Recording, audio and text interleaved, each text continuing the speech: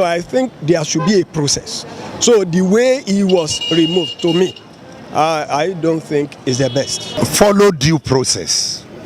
If he's found guilty, nail him. But follow due process. People who are supposed to be following due process and they refuse to follow the due process and are now telling us that there should be a due process. There is no due process for any criminal anyway.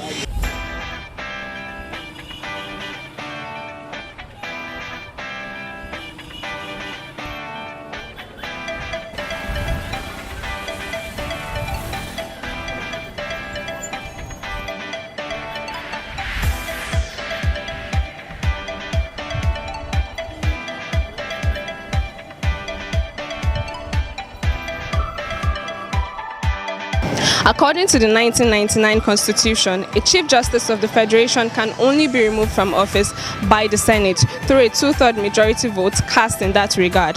But in this case, President Muhammadu Buhari bypassed the Constitution and without resorting to the Senate, suspended the CJN Chief Justice Onnoghen from office. Of course, there were allegations leveled against him which led to his suspension and eventually a lawsuit against the Federation. I am Tomisin Ola and this is Street Voices. Join me as I take a walk through the streets to hear the opinion of the people concerning the Onnoghen Saga.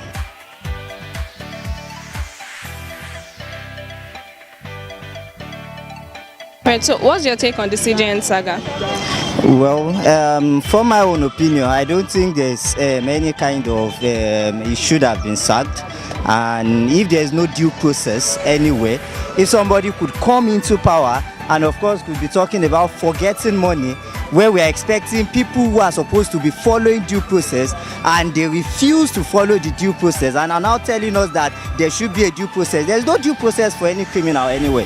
So whoever has failed to do the right thing, of course we are talking about the system already being bastardized because we prolong things unnecessarily, because people who are supposed to be in charge of justice are not doing the right justice, and we are saying we should temper justice, we should be going through some processes that will be delayed, and let's look at a lot of issues that have not been consistently tackled, and we're not saying we should still be revolving around the same pilot point. Of course it should first of all be removed, then let's investigate. But from what we are saying, it's clear this is a statement that he has admitted himself, and of course I don't feel somebody who failed to do the right thing when he's supposed to do it needs any form of due process. If you don't follow the process, then you don't need any due process. The Onnoghen Saga, for me, follow due process. If he's found guilty, nail him. But follow due process. Anything short of that is lawlessness. We have rule of law. It should be followed. Anything short of that is lawlessness.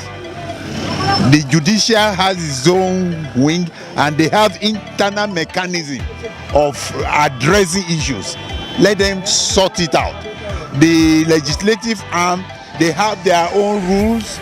Let them sort it out. And that's why Senate president cannot be removed anyhow. Let the judiciary handle it internally. If that is done, whatever, I'm not for me, corruption is corruption.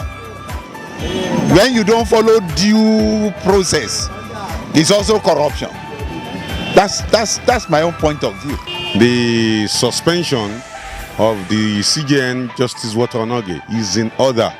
In fact, for the president to have suspended him based on the CCT court order, we believe he has followed due process in fighting corruption.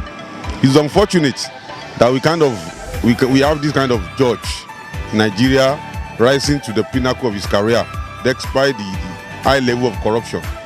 Anybody, any judge that is corrupt is as good as saying the representative of God on earth is corrupt. Because if the judge says that you have to be hanged, that means by virtue of his judgment you have to be hanged.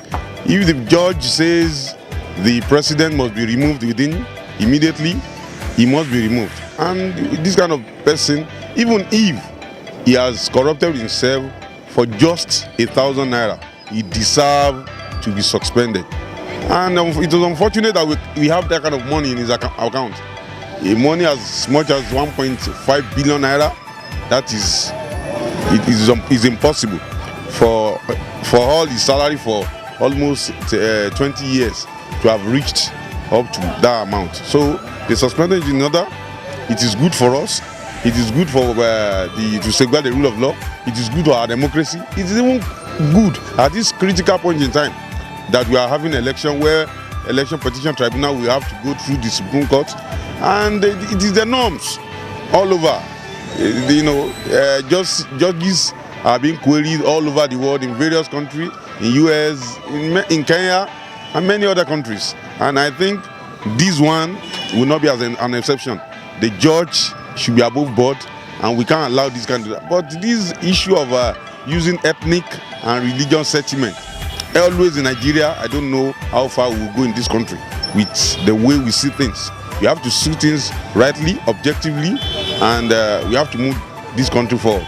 It is we commend the president and the Attorney General of the Federation for this well thought out thing. And I believe the NJC should also support the president in all ramifications, including the National Assembly, to finally remove the Chief Judge, Justice Onnoghen. He's not supposed to be in our midst.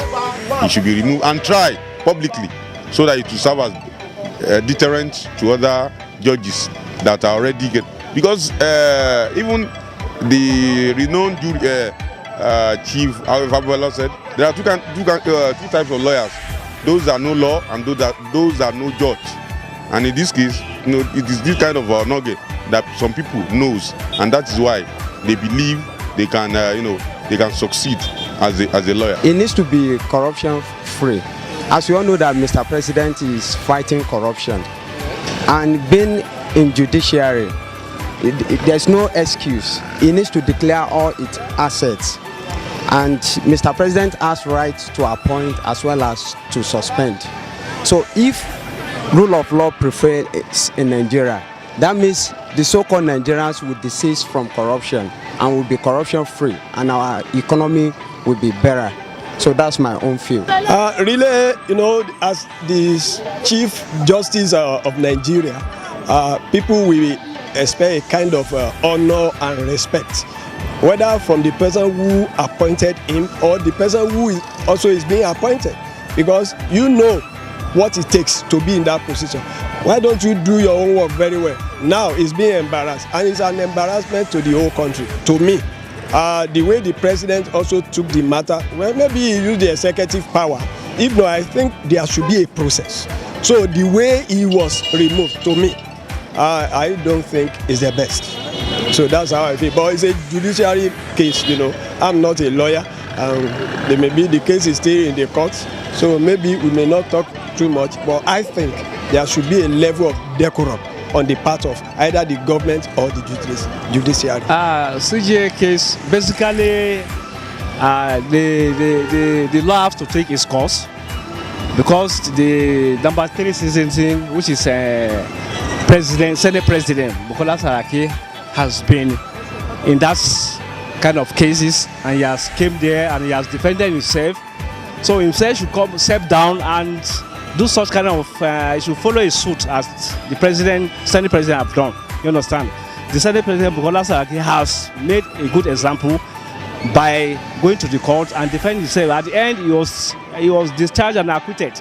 So himself, being that it's a CJ, that doesn't withstand. He has to find his way out, you understand, to defend himself. If he has room for defense, so if he has right to defend himself, then he should go ahead to sit in the court and defend himself. He has lawyers to defend him. So I didn't see anything bad by telling the federal government should self-apply or he has been sacked, right? He has his own opinion to express, to defend, right? So he can follow a suit what Bukola Saraki have done too.